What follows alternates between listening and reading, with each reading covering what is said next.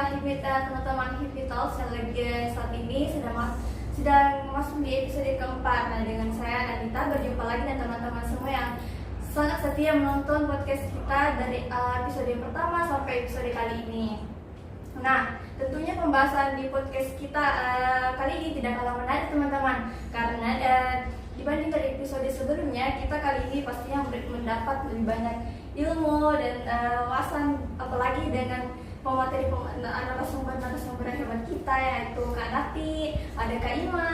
Halo Kak Ima, Kak Nati. Halo. Ya, mungkin jadi episode kita kali ini akan membahas tentang bagaimana sih mulai satu bisnis bagi mahasiswa, dan tentunya kita akan mendapat informasi atau insight yang lebih menarik dari narasumber kita tentang pengalaman mereka dalam dunia bisnis. Oke, langsung saja kepada Kak Nati nih, bisa ceritakan dulu pengalamannya bagaimana dalam memulai bisnis.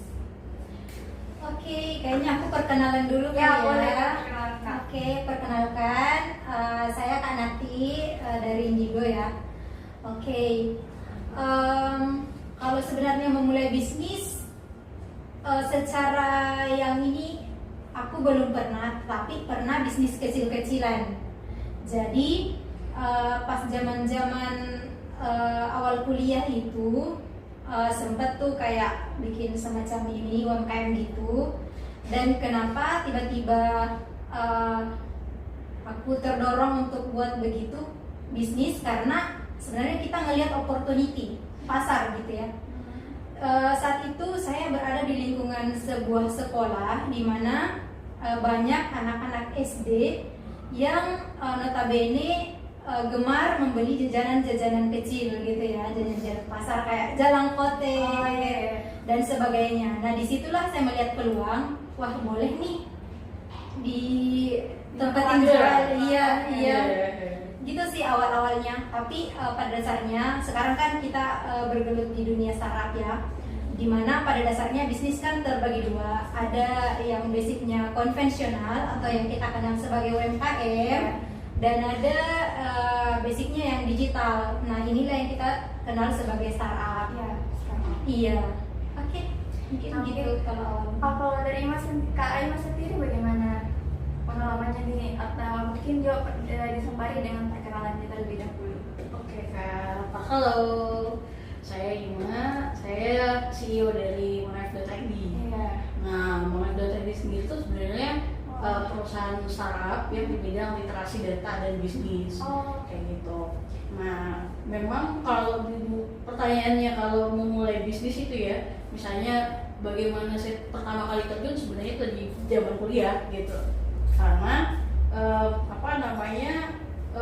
dari zaman kuliah itu kita mungkin gapnya dari sekarang itu lumayan jauh ya. Kalau saya sebut angkatan ya, nggak apa-apa ya.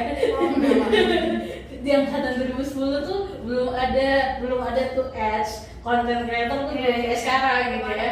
Belum ada. 2010 itu kita tuh kalau mau part time, kita tuh part time kalau bukan di cafe, ya di warnet. Kayak gitu kan, kalau kita mau cari duit. Nah, paling simple adalah emang kayak joki-joki tugas itu memang udah ada dari zaman dulu. Tapi nggak seperti sekarang. Iya, benar. Iya kan. Nah, tapi kalau yang benar-benar pure bisnis di era mahasiswa di era itu ya, itu tuh lebih kebanyakan benar-benar masuk ke UMKM. Konvensional. Jadi kayak ngadain bazar dan teman-temannya. Nanti pas peralihan itu 2015 ke atas, saat maksudnya Facebook benar-benar masuk lebih jauh, terus Facebook Ads itu udah mulai masif, barulah kita go digital. Tapi karena zamannya dulu emang ada perbedaan memang secara pasar ya, dari jam 2 ke sekarang. Tapi yang paling punya pengaruh itu adalah satu, yang impact paling kurasakan yang zaman dulu ya. Kalau dulu itu apapun bisa kita kerjakan, kalau sekarang itu ada keterbatasan. Seperti itu Kak. Iya. Ya, jadi itu ya teman-teman. Pertama kalau dari Kak Nati tentang bagaimana caranya kita menggunakan peluang opportunity yang kita bisa gunakan sebagai peluang bisnis dan bisa menjadi pendapatan, walaupun itu hanya pendapatan yang kecil ya Kak. Dan untuk dari Kak Irma sendiri, bagaimana itu bisnis-bisnis itu seperti UMKM, kita mulai dari yang termudah terlebih dahulu dan konvensional, dan memang sangat beda daripada zaman seperti sekarang serba digital seperti itu ya. Selanjutnya Kak, mungkin nih dari Kak Narti atau Kak Irma, Pak gimana sih, apa sih dari bisnis itu dan tren terkini, bisnis yang tren terkini bagi mahasiswa itu seperti apa di dunia digital sekarang ini? Seperti itu Kak. Oke, sebenarnya kan kalau kita membahas bisnis, otomatis kita bakalan berpikirnya tuh ke 3 hal ya, produksi atau layanan. Kalau disarankan banyakkan layanan gitu ya. Kemudian distribusi, bagaimana caranya kita menyampaikan produk atau layanan kita ke customer. Kemudian yang ketiga otomatis cuan dong, yang ketiga ya. Nah, di era sejak tahun 2017 memang saya melihatnya anak-anak muda ini condongnya memang ranah bisnisnya ke startup. Nah, sudah berbondong-bondong kayak belajar bagaimana buat BMC, ikut pelatihan-pelatihan inkubator atau dari kampus-kampus gitu. Kemudian inkubator pun pada saat itu di Makassar sendiri ada beberapa yang udah mulai muncul, kayak dulu itu kayak ada Suara Indigo yang pastinya ya. Kemudian ada inkubator kampus juga. Jadi setiap kampus di beberapa university itu memang kayak ngebuat inkubator untuk melatih para mahasiswanya membuat bisnis, baik itu konvensional maupun startup. Jadi start dari 2017 itu memang trennya Makassar itu udah mulai ngelirik bisnis startup digital ya, bisnis digital. Kalau saat ini sih saya melihatnya banyak ke education, SME atau UMKM sama agensi sih kalau di Makassar. Iya. Itu sih yang saya lihat di saat ini. Ya, seperti yang saya rasakan di dunia sekarang ini, banyak orang yang misal dari jurusan bahasa, tapi malah lulusnya itu kejar sertifikasi dari digital marketing, Iya, saya contoh contoh. lain, sampai itu kan karena memang harus mengalir dengan era saat ini gitu. Iya. Betul-betul peluangnya sangat besar.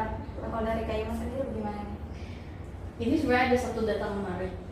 Apa namanya? Saya barusan bulan ini habis meneliti di UMKM, salah satu UMKM dan merekam. Nah, ternyata tren bisnis itu sekarang udah mulai berbeda. Jadi meskipun digital masif ya kan, tapi ternyata kalau kita lihat secara kuantitas ya, banyak bisnis yang bertahan justru nggak tersentuh sama digital. Misalnya ada namanya marketing word of mouth. Iya, ya kan? iya. Justru mereka lebih sustain daripada mereka harus menggunakan misalnya platform e-commerce dan teman-temannya, atau bahkan mereka misalnya berjualan dengan website dan sebagainya. Nah, kenapa saya mulai menceritakan ini? Sebenarnya kalau kita ngomongin scope secara datanya ya, tren bisnis itu ketika sekarang tuh pendanaan startup tuh lagi kurang-kurangnya. Jadi kalau kita mau berpikir nih, mau bikin inovasi yang gitu, kayak agak bukan nggak bisa, tapi peluangnya kecil. Tapi ketika misalnya nih, kita misalnya kalau kita bicara sebuah daerah, kita fokus aja, misalnya kita berfokus kalau dari Mipara gitu kan, kita berfokus masalah apa sih yang Mipara yang perlu diselesaikan. Kita starting dari situ, terus kita tarik ke belakangnya, itu jauh lebih canggih daripada dia harus ngomongin satu Sulawesi Selatan. Ya betul sih, karena bisnis kan pada dasarnya solving problem gitu ya. Problem. Karena kalau kita udah, jadi ada saya rasakan perbedaan antara BMC sama land model. Kalau kita bicara bisnis ya, kalau BMC itu kan memang sangat konvensional. Tapi kalau land model itu kita startingnya dari problem, ya kan? Nah, tren bisnis ini yang perlu kita arahkan menuju land. Apa sih sebenarnya problemnya? Daripada kita ngomongin bisnis, misalnya kayak gini, saya baru kena tuh waktu dari UMKM kemarin. Jadi taruhlah itu penelitiannya, hipotesanya misalnya ya, hipotesanya ini ngomongin kayak gini, e-commerce bisa membuat satu UMKM go global gitu kan, go internasional gitu. Tapi pada kenyataannya setelah kita meriset, pendapatan dia secara konvensional atau misalnya dia membuka toko store itu jauh lebih tinggi daripada pendapatan dia saat dia memakai misalnya marketplace dan teman-temannya. Itu terjadi karena apa? Nomor satu, marketplace itu hanya memperluas, tapi secara reguler dia udah ada. Nah, ini yang perlu kita pertimbangkan sebagai pebisnis ya teman-teman ya.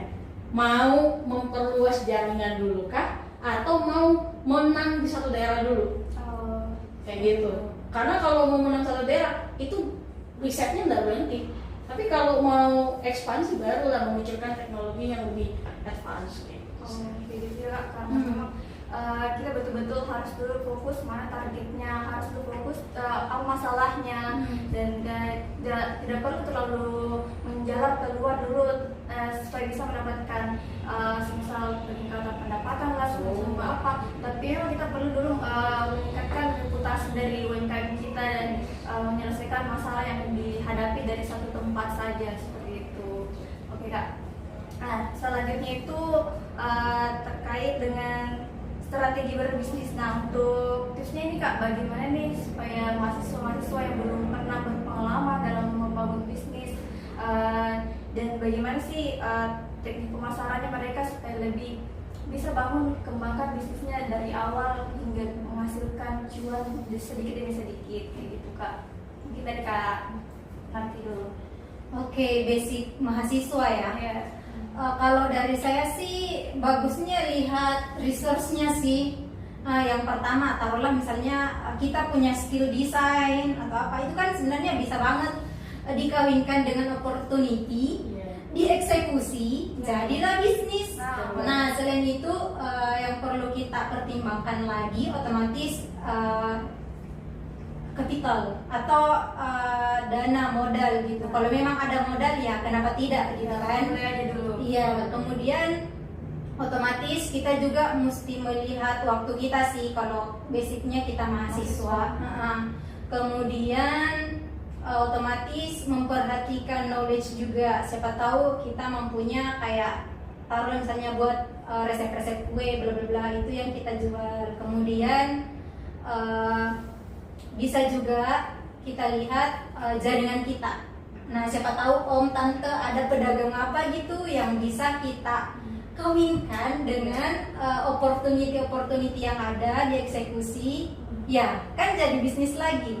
Jadi lihat aja dulu sekitarnya apa yang kayak resource yang ada pada diri kita. Kayak misalnya memang mau bangun yang besar berarti kita otomatis butuh modal. Tapi kalau misalnya yang basic dulu kayak misalnya skill atau knowledge bisa mungkin bikin startup apa gitu. Kalau punya memang modal yang gede mau bikin apa ya lihat saja dulu yang tadi resource-nya. Dari betul modal terus juga ilmunya harus penting ya Kak. Iya, intinya sih 3 ya, resources ya, kemudian opportunity yang ada, kemudian eksekusi. Kalau cuma dipikir aja nggak dijalan. Iya. Satu langkah kecil itu udah berpengaruh banget sih. Nah cerita dari pengalaman saya sendiri juga nih Kak, sempat kemarin ikut kegiatan seminar dan pengalaman narasumbernya itu menceritakan pengalamannya dalam berbisnis. Dia bermula dari keluhannya diri sendiri, keluhannya terhadap sebesar kayak saya ini nggak suka pakai parfum yang tidak sesuai dengan selera saya. Tapi dia resah dan dia mencoba buat produk baru sesuai dengan selera dia dan bisa dia rasakan sendiri dan dia jual secara besar-besaran kayak gitu sih Kak. Iya. Dia bisa jadi kunci ya kan dari menjawab keresahan kita. Nah, kalau dari Kak Imas ini gimana?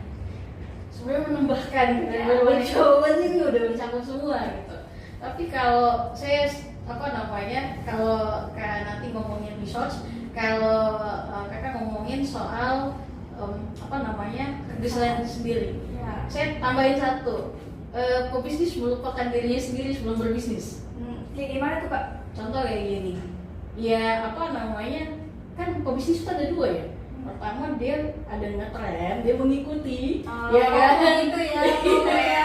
Kayak mochi, Saya tidak banyak perlu- yang mochi. Iya. Dan kenapa sih bilang FOMO? Karena itu tuh banyak terbukti, banyak ide bagus tapi nggak dieksekusi. Salah satu alasannya kan karena FOMO gitu. Iya. Dia ngeliat wah anak-anak sekarang bikin startup bikin gitu, tapi baru dapat satu kerikil gitu mundur gitu kan. Jadi ini yang perlu penting kita ketahui bahwa dia tahu dulu jati dirinya dia. Oke, dia mau jadi pebisnis kah? Atau dia hanya mau sekedar mengerjakan apa yang dia mau kerjakan gitu, sekedar mau cari duit. Karena kalau bisnis ya dia akan secara luas dan legowo ketika ada kegagalan depannya bukan mencoba gitu. Iya. Contoh misalnya kayak gini, persoalan waktu, adanya waktu itu kalau misalnya saat misalnya kita kuliah, kalau emang jiwa kita jadi pebisnis ya, mau sampai jam 3 subuh 4 subuh di gas. Iya. Tidak peduli dengan waktu. Tapi kalau dia bukan mentality pebisnis, kemungkinan besar dia mungkin kayak capek gitu. Iya, after trend mundur. Nah itu yang sebenarnya makanya saya punya istilah begini, setiap profesi itu tidak untuk semua orang. Iya, betul. Jadi ada orang memang udah dari solo dia pebisnis. Ada orang yang menjadi researcher ada gitu. Jadi itu yang perlu sebenarnya disadari oleh teman-teman terlebih dahulu. Emang mau nih 5 tahun ke depan. Nah, kita bisa starting dari pertanyaan itu. Apakah dalam 5 tahun ke depan kita mau nggak ngerjain apa yang kita kerjain sekarang? Seperti itu, Pak. Oke, ya itu penting banget teman-teman karena bisnis itu jangan cuma sekedar ngikut tren, karena bisa jadi setelah trennya yang udah terbelakang lagi, kita udah nggak mau bangkit lagi, udah nyerah. Jadi dari saran Kak Iman nih, gimana caranya supaya kita membangun bisnis yang betul-betul kita mau jalan terus sampai 5 tahun ke depan seperti itu.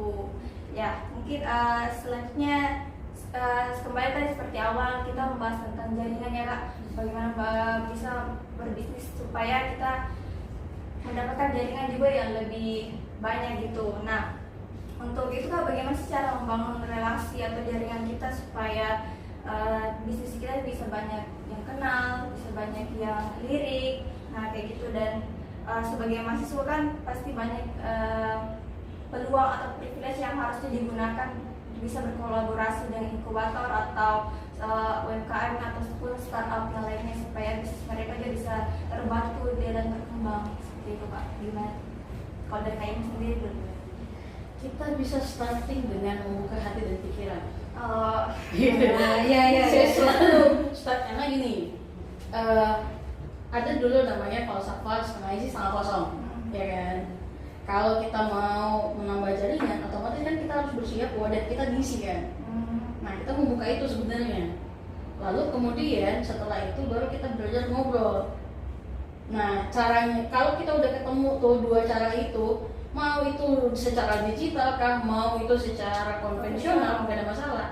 Karena kita kan udah tahu nih, oh saya misalnya gini, saya tertarik dengan kopi gitu kan. Oke, kopi ini apakah saya mau menerima? Jadi pertanyaannya kita tanya ke diri sendiri dulu, mau nggak belajar tentang kopi? Iya kan? Iya kan? Jangan sampai misalnya gini, pemikiran kita dan mindsetnya udah salah duluan. Gue mau jual kopi yang penting cuan. Nah itu tunggu aja, pasti juga endingnya pasti nggak bagus. Tapi kalau dia bilang saya suka kopi, boleh gimana sih cara belajar ini? Kan dari belajar itu, oh kita akan ke step selanjutnya, terbangun motivasi untuk selalu bisa mencari kayak gitu. Kalau Kak Nanti gimana nih? Kalau jaringan sih gini deh, tahap awal itu mulai list aja dulu orang-orang terdekatnya. Contoh kayak misalnya bapak jualan apa, misalnya mama, tante, om, teman-teman komunitas, kayak misalnya HIPMI Pare gitu ya. Mereka punya jaringan komunitas apalagi kayak misalnya TDAK atau apakah. Kemudian bukan cuma di list aja ya. Jadi kayak tentukan segmennya, misalnya dirimu mau eksekusi bisnis yang ini, kayak taruhlah misalnya UMKM, berarti dibangun kayak kita mulai ngehubungin inkubatornya misalnya kalau UMKM, atau mungkin kalau startup ke inkubator startupnya. Jadi kayak mulai aja dulu dari yang terdekat kalau jaringan. Kemudian jangan malu untuk nge-branding diri. Selanjutnya manfaatkan platform-platform digital yang udah ada. Nah kan sekarang ada Instagram, LinkedIn, itu kan wah udah luar biasa banget kalau misalnya mau dimanfaatkan untuk cari jaringan dan sebagainya ya. Jadi manfaatkan deh itu guys. Ya betul. Karena memang seperti sekarang ini kan banyak konten kreator yang kayak kan kalau jadi udah selebgram, konten kreator itu jualannya pasti cepat laku, gampang dilirik sama orang-orang karena audiensnya banyak, brandingnya udah terbangun duluan. Nah itu memang sangat penting untuk kita bangun terlebih dahulu branding juga ya kak. Iya branding. Utama sekali. Tapi satu lagi nih yang lupa kita mention nih, produk. Jadi kalau produk kita bagus, meskipun marketingnya kalem-kalem aja, otomatis ada kemungkinan si customer ini bakalan repeat order, jadi loyal customer gitu. Tapi kalau produknya memang enggak bagus, meskipun misalnya marketingnya keluar-keluar ABCD bla bla bla, otomatis ya orang yang penasaran pasti beli. Tapi bisa jadi cuma satu kali aja. Selanjutnya pasti kan berpikir ini nggak bagus, aku nggak cocok bla bla bla. Jadi core-nya sih itu produk atau layanan ya. Kalau misalnya bisnisnya di jasa, layanan mesti dimantapin juga. Betul harus dari ini produk yang betul-betul customer bisa kembali lagi untuk betul. Ada boleh tambahin nggak? Boleh tambahin kak. Ada satu saya merasakan sendiri di Monef gitu kan. Ada kami tuh di awal sebenarnya tuh high tech banget berkaitan dengan Gen AI, tapi kita pivot jadinya itu gara-gara kita mendengarkan customer. Jadi itu risetnya panjang, ketemu banyak orang, ngobrol, terus baru kita tuh benar-benar bisa bertransformasi. Jadi ada memang istilahnya user centric. Jadi gimana kita ketemu sama customer kita atau pelanggan kita tuh kita ketemu sama dia, nanyain masalahmu tuh apa sih, ini jasaku kayak gini atau produkku kayak gini. Nah nambahin lagi sorry ya nambahin lagi. Jadi betul kata Kak Ima, dalam bisnis itu kalau misalnya memang kita mau scale up gitu ya, mesti ada di tahap-tahap awal itu research otomatis, kemudian validasi. Bahkan dari ide pun kalau di startup itu ada kayak problem solution fit, dimana kita memantapkan solusi dari problem yang akan kita bangun layanannya misalnya ya. Kemudian validasi produk, apakah produk ini memang akan dipakai atau mau digunakan oleh customer. Kemudian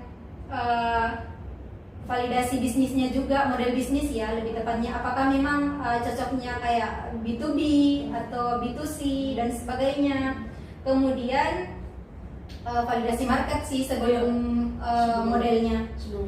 Jadi kayak dipetakan dulu, ini nih calon pelanggan aku.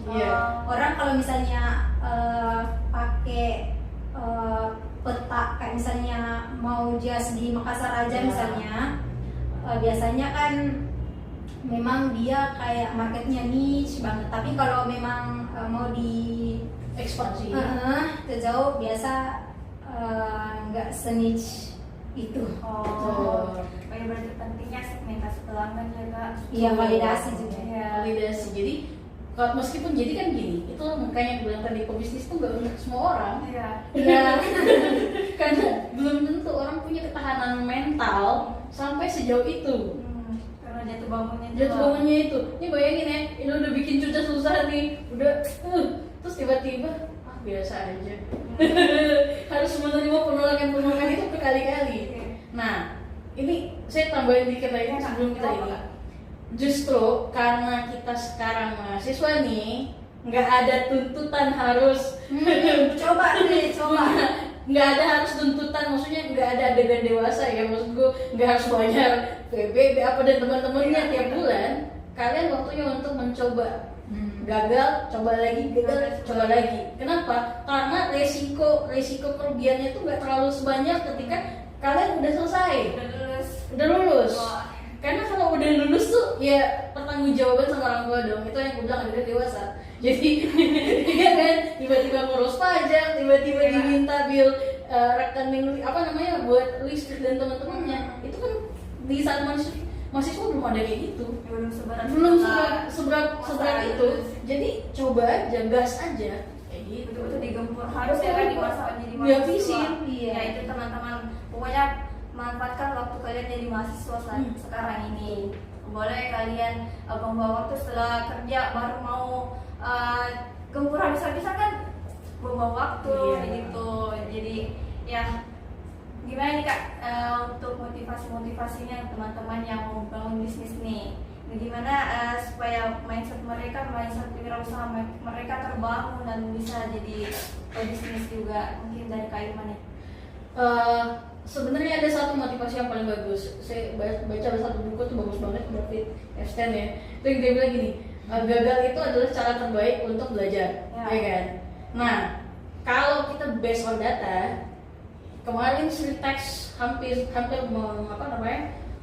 layoff ribuan orang, tapi nggak jadi, udah diselamatin.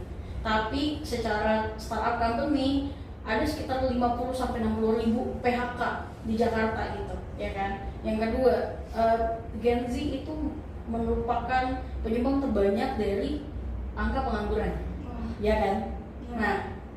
Nah, kalian mahasiswa ini kan sebenarnya ada di wilayah itu, ya kan? Sekarang waktunya kalian untuk berpikir kembali apa sih yang kalian mau lakukan. Kenapa? Jangan sampai kalian udah lulus kerja nih, di mana tuntutan sosial udah tinggi banget, kalian tidak bisa melakukan apapun. Lebih bagus kalian udah overthinkingnya tuh di situ. Bukan overthinking soal mantan, bukan. Bukan.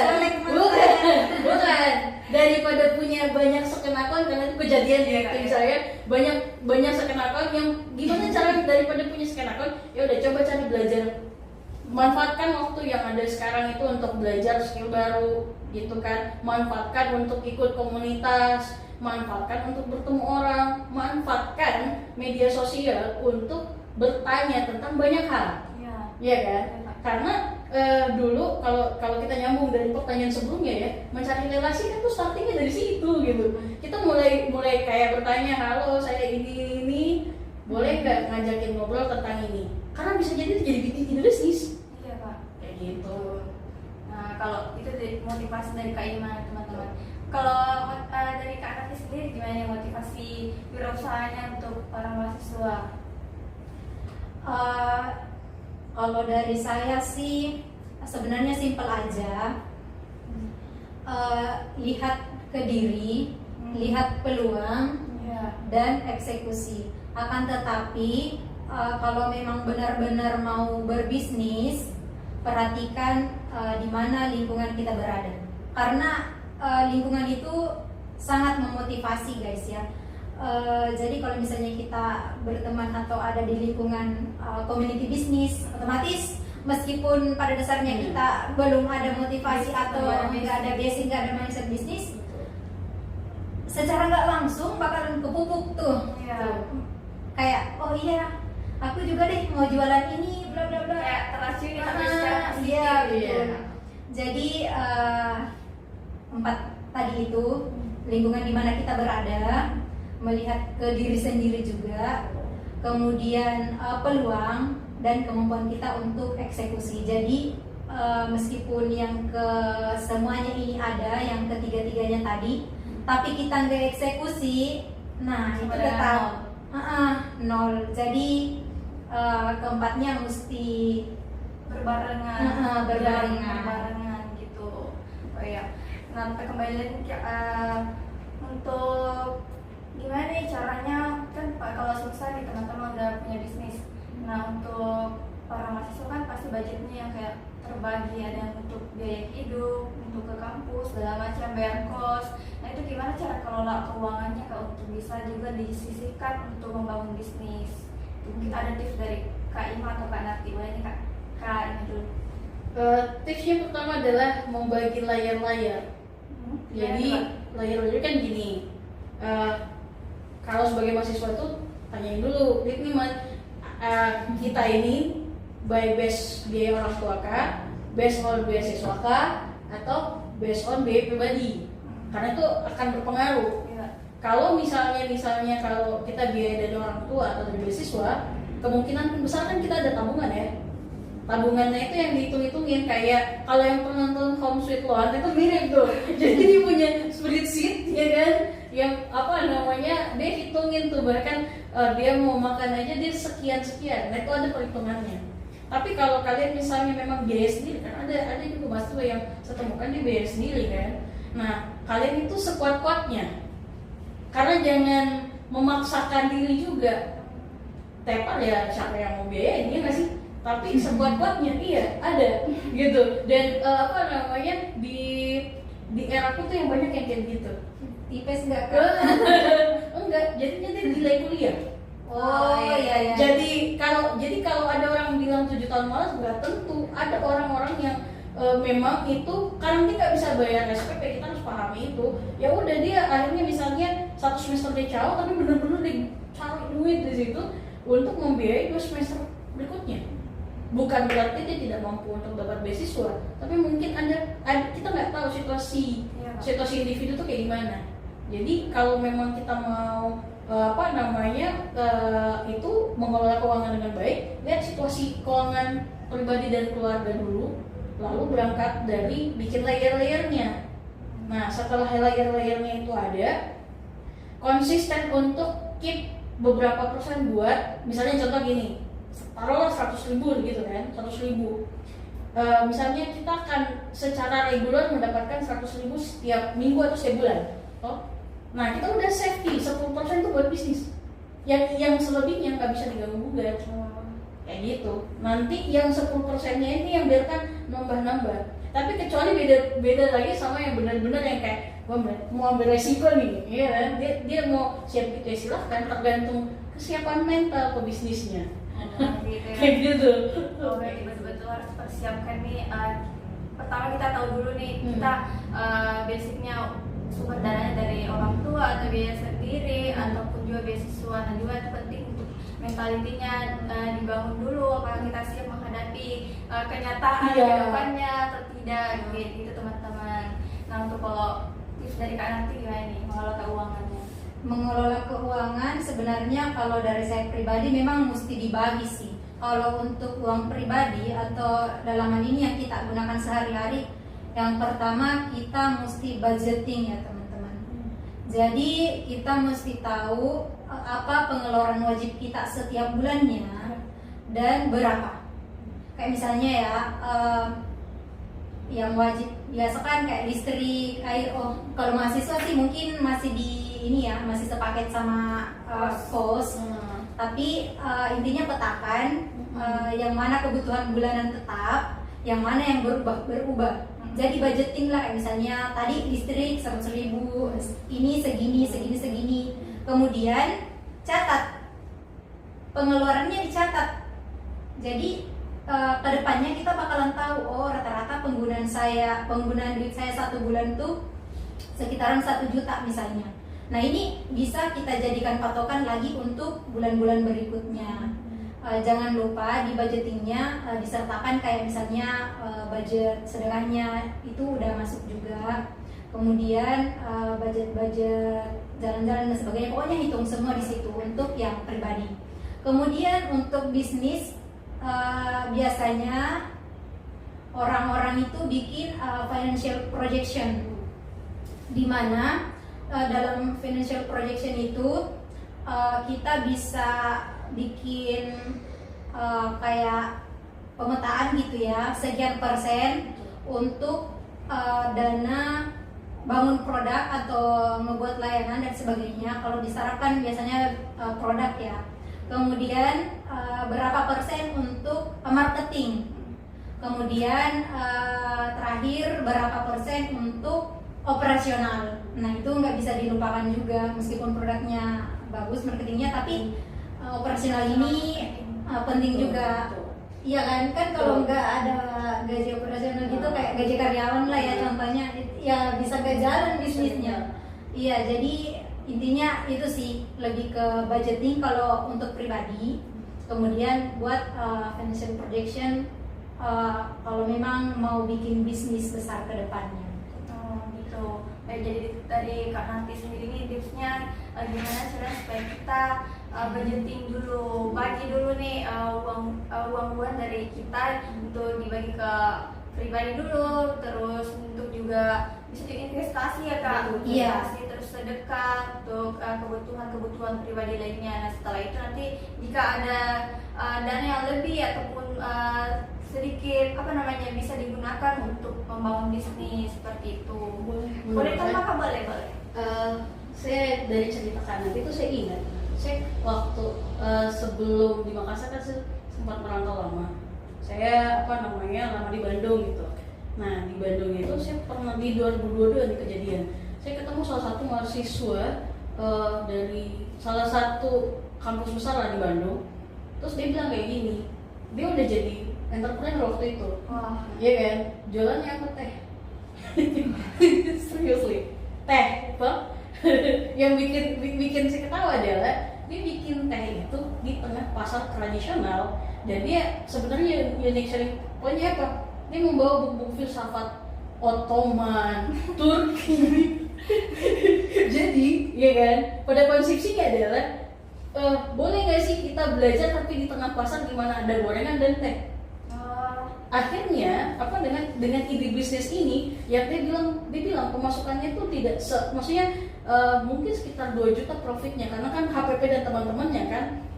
Tapi apa yang dia bilang, ternyata yang pengusaha yang dia cari itu bukan dari berapa angka profitnya, tapi betapa dia bertemu dengan orang berbeda setiap waktu. Itu kalau coba cari namanya Book Akasa, itu satu-satunya di kafe buku, ya kan, dia menjadikan cuma teh doang, tapi dia punya ide sendiri kayak gitu. Nah, yang ingin aku beritahukan adalah bisnis ternyata itu tidak ada batasannya.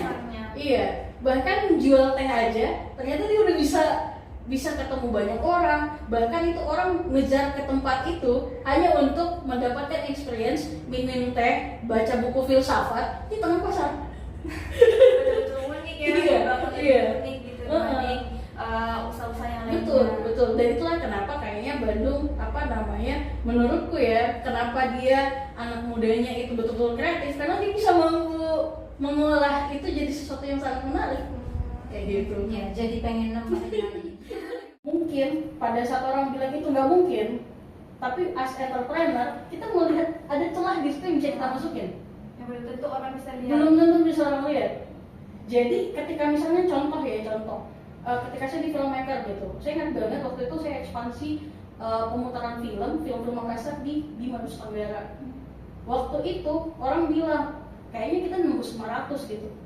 Tapi saya coba riset, saya tanya banyak orang, terus dia bilang ternyata 75% orang-orang di Bima pernah berkunjung di Makassar. Gara-gara satu data itu saya telusurin, saya bilang kayak gini, ini kita ngomongin Makassar, gimana kalau kita buat vibes kota Makassar, termasuk Coto dan sebagainya, Barongko dan sebagainya, kita bawa ke sana. Dan yang tadinya 500 penonton itu mau budak sampai 2.000 penonton. Wah. Karena itu tadi kita mau lihat ada, oke, gue mau nih kayak gini, kayak gitu. Nah, berpindah lagi masuk ke dunia tech. Dunia tech itu ketika misalnya saya mau mengawali dunia tech itu kan dari data analis, gitu kan. Ada ketidakpercayaan orang pasti ada, karena saya punya portofolio filmmaker gitu, maksudnya lebih ke orang produksi film tuh masuk ke dunia tech tuh gimana gitu kan. Itu banyak ininya. Caranya untuk mengantisipasi itu, untuk bisa kita kita kali, apalagi yang ini kan banyak orang yang salah jurusan gitu. Termasuk gue. Itu salah jurusan. Struggling yang menghadapi struggling itu adalah dengan satu, temuin visi kita untuk 5-10 tahun ke depan. Kenapa kita mau pindah gitu? Padahal misalnya contoh kayak gini, ini kayak kalau aku bilang karirku lagi bagus juga nih di film, tapi kenapa saya mau cross? Itu sebenarnya ada satu triggernya. Saya pengen mengubah sesuatu yang tidak pernah bisa saya ubah di film, tapi di data saya bisa ubah. Sesederhana bisnis analisis BA, ya kan? Nah, dari BA bisnis analisis inilah akhirnya saya masuk ke data science. Karena saya berapa kali tuh dapat klien besar banget produksiannya, tapi mereka tuh kurang bisa memahami pola bisnisnya. Jadi kayak salah target Ki. Nah, makanya di tahun-tahun sebelumnya tuh banyak film Indonesia tuh sempat turun-turunnya karena mereka salah lihat market. Nah, gara-gara itu saya harus pindah tuh. Saya pas nge-cross di data analitik, ternyata celahnya itu di situ. Saya menemukan langsung banyak celah-celah kecil yang orang bilang impossible bisa ditembus. Nah, startingku itu dari misalnya kayak benar yang kakak bilang. Jadi kayak wilayah sekitarku, starting misalnya dari kafe yang paling sering aku kunjungi, gitu kan? Iseng-iseng nanya nih, Kak, saya ada skill buat data analitik gitu, mau nggak Kak dibantu gitu. Jadi awalnya begitu dulu, terus akhirnya tuh kayak pokoknya semua kita fokus di situ. Pertanyaannya gini, profitnya gimana? Ini orang kan pasti nggak mau bayar. Nggak apa-apa Kak, tapi saya refill ya Kak. Setiap hari ya, setiap hari saya refill makanan siang ya Kak. Sama kan? Sama kan? Jadi kadang-kala tuh kita tuh cari celah itu kalau emang kebutuhan dasarnya kita udah oke, kita bisa dapat yang lain. Sampai pada akhirnya udah menumpuk portofolionya, ketika misalnya mau membangun tim itu jauh lebih mudah. Karena portofolionya kemarin tuh kita udah segudang nih.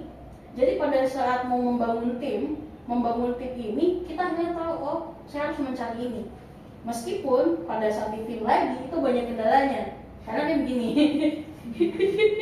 Ini banyak strugglingnya sebenarnya. Setelah dari ide itu dari tim lagi kan. Jadi produk aman timnya lagi. Timnya di mana? Ketika ada perbedaan skill gap.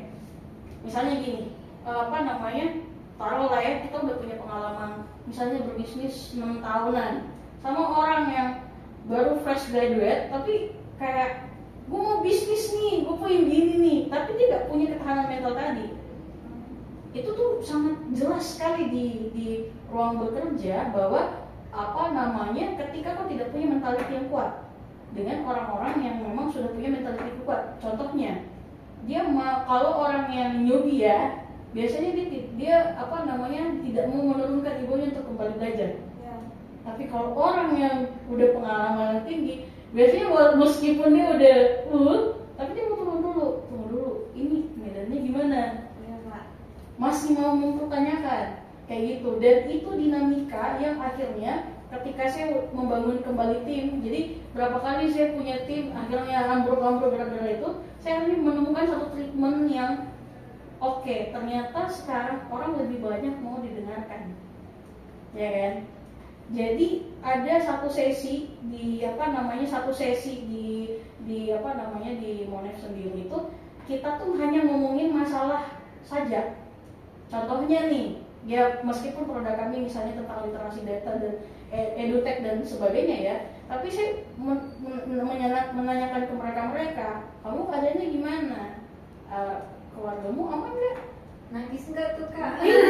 Tapi ternyata orang tuh butuh ditanyain itu loh, karena ketika misalnya contoh deh, gini, kita kerjaan terus nih ya, kita kerjaan terus, gitu kan? Nggak ada kesempatan untuk mengeluarkan benar-benar. Iya. Nah, dan itu yang saya lihat sama tim yang tadinya aku nggak tahu apa-apa, dia langsung bisa meningkat tuh. Karena akhirnya saya mengetahui bahwa ternyata bisnis itu bisnis itu tentang orang, bukan tentang profit dan teman-temannya, tapi gimana orang-orang itu tumbuh bersama bisnisnya, itu yang memperpanjang bisnis. Makanya ketika diskusi sama teman-teman sekitar itu, kebanyakan sekarang itu yang repeat order adalah orang-orang yang itu tadi kita menanamnya tuh benar-benar gitu. Dan saya merasakan ada satu UMKM ini yang saya nggak bisa sebut lah ya. Jadi awalnya itu hanya itu tadi nggak usah bayar kak, tapi makan siang terus tuh selama sebulan gitu kan. Sampai dia akhirnya mulai repeat order setiap 3 per kuartal gitu kan. Ketika dia mau beresin data-datanya, dia udah mulai mau ada waktu nggak kayak gitu. Itu cara maintainingnya. Jadi apa namanya, kadang-kadang tuh memang kita butuh intuitively, secara intuisi yang kita bangun terus-terusan. Dan itu juga sebenarnya dimention sama Steve Jobs ketika membuat Apple. Kan itu yang kalau kalian dengar biografinya ya, kan apa dulu namanya, apa lagi, Zun yang kecil. Itu kan gara-gara anaknya punya banyak CD gitu kan. Terus dia bilang gini, nanti papa buatin ya, kamu cuma bawa satu kecil gitu, tapi ada 1000 lagu di situ. Itu kan intuitif sebenarnya. Hanya karena dia gelisah anaknya terlalu rempong, ya udah. Itu yang aku maksudkan. Jadi bikin masalahnya. Iya, dan intuisi itu kan berkenaan dengan peka. Sepeka-pekanya kita melihat situasi. Kayak gitu sih. Agak panjang memang soalnya, tapi memang menarik ya buat bahas masalah sih memang kayaknya enggak ada habisnya kayak gitu.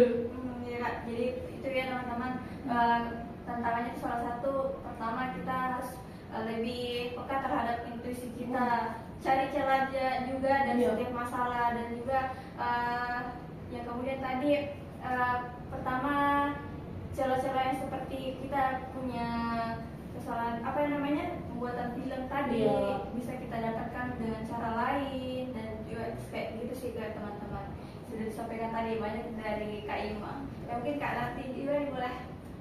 Kalau ngebahas tantangan atau problem sih dalam setiap fase itu pasti ada ya. Mulai dari tim deh yang dimention Kak Ima. Di tim tuh kadang sepele tapi bisa bikin hancur bisnis. Contoh kayak kita beda visi, itu kan otomatis udah nggak bisa jalan nih, nggak bisa barengan lagi tuh untuk build bisnis. Jadi dari tim. Kemudian belum lagi tantangan produk, dimana kita mesti agile dan sebagainya, kayak lebih inovatif lagi, pandai melihat peluang dan sebagainya. Itu kan tantangan lagi tuh. Yang ketiga otomatis pasar. Nah, market nih. Otomatis ya mesti pandai-pandai lagi. Jadi pada dasarnya di seluruh segmen itu mulai dari tim, masalahnya udah kalau mau dijabarkan, aduh, masya Allah, itu bakalan banyak.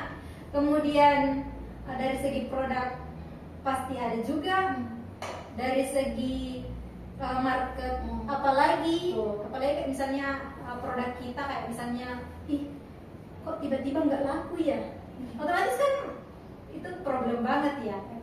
Kemudian otomatis di finansial sih, otomatis di sini mesti dilihat juga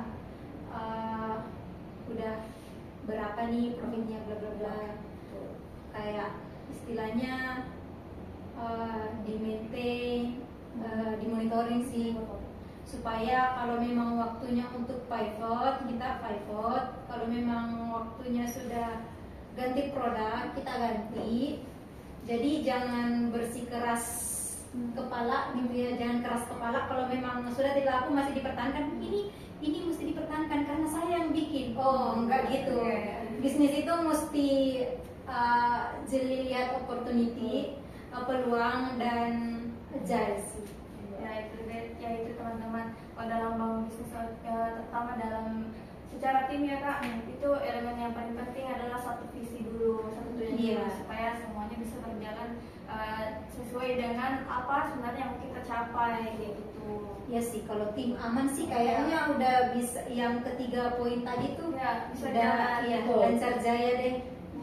Saya ingat apalagi kayak gini, project 3M ya. makasih gitu. Iya. Itu tuh maksudnya gini, mungkin sebagai individu temanku Jin, tapi kalau ketemu sama tim nggak begitu konsepnya. itu juga memang menjadi sebuah dilematika juga kalau memang kita pernah punya tim ya, karena tidak semua orang sama pemikirannya terkait itu, kayak gitu sih. Aku jadi ingat sesuatu. Jadi kata orang Makassar tuh meskipun kita bersaudara, tapi harta kita tidak. Terus masing-masing. Jadi di dalam bisnis otomatis gitu juga, meskipun kita setim, ya mesti ada pembagian itunya jelas. Karena ya nggak mungkin satu kan otomatis. Jadi keroyokan nantinya. Sangat keren ya dari Kak Ima maupun Kak Nati ya. Mungkin sebelum kita tutup, ini closing statement dari Kak Ima dan Kak Nati. Mungkin dari Kak Ima. Kalau berbisnis itu ya tentang pencarian jati diri sih. Jati diri juga. Iya. Karena kalau kalian udah menemukan diri kalian dalam bisnis itu, rezeki itu tentang sendiri, kayak gitu sih. Oh iya. Kalau dari Kak Ima, Kak Nati. Kalau aku sih intinya mulai dulu. Mulai dulu. Jadi kayak setelah coret-coret kayak taruh misalnya bikin BMC dan sebagainya, mulai dulu. Karena kalaupun misalnya idenya sekeren gimana pun, kalau nggak dieksekusi itu nggak bisa ya guys. Itu nggak bisa banget. Ya mungkin nah jadi dari setelah pembahasan kita yang panjang banget tadi banyak insight yang bisa kita dapat. Nah jadi untuk berbicara tentang bisnis itu bagaimana cara memanfaatkan peluang yang ada, terus bagaimana kita bisa mengelola keuangan dengan baik, terus menentukan pola-pola dari diri kita, bagaimana caranya menentukan waktu juga maupun knowledge yang kita siapkan. Nah itu sangat bergantung dari diri kita semua. Jadi teman-teman yang saat ingin mendapatkan cuan, segera dia bangun bisnisnya dari yang termudah dan terutamanya peluangnya dulu, kayak gitu. Ya mungkin sangat menarik podcast kita pada kali ini. Jadi teman-teman yang semua pastinya semoga termotivasi dengan apa yang tadi disampaikan oleh Kak Nati maupun Kak Ima. Jadi teman-teman jangan lupa like, comment, dan share. Dan terima kasih. Assalamualaikum warahmatullahi wabarakatuh. Dadah.